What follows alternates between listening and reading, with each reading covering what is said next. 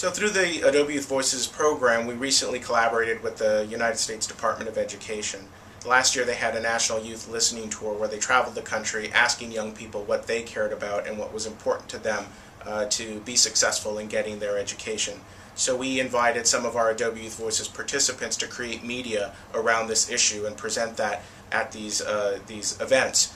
So the listening tour culminated in a very large National Youth Summit in Washington, D.C. So we took some of our young people to D.C. To perform an original song they created around this issue. The Secretary of Education was there and gave some very inspiring remarks about what he and his department are doing to improve education.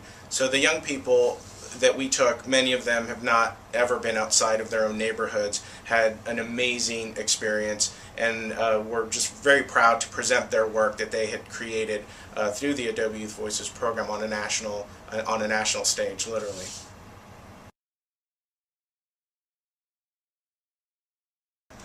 Well, I think my role here at Adobe is unique in the sense that every day I get to hear inspirational stories from educators and young people from all over the world whose lives are literally changed by the Adobe Youth Voices program.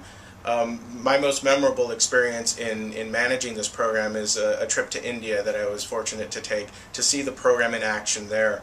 So while there, we visited many school sites, talked to a lot of teachers, talked to a lot of young people.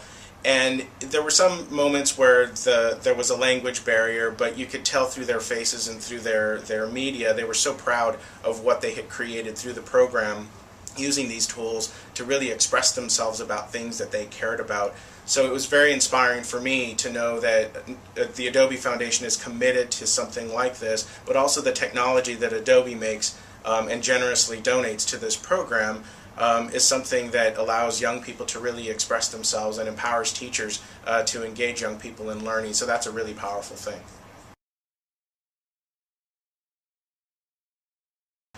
So what I see as the future of Adobe Youth Voices is just more.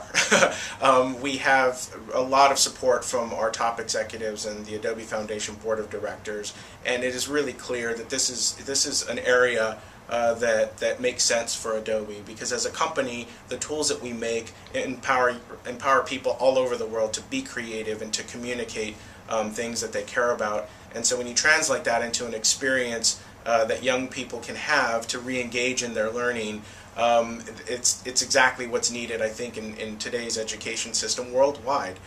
The idea that learning technology tools, learning 21st century skills around being creative, being innovative, critical thinkers, etc. These are really essential skills young people need to be successful in the workplace of today and in the future.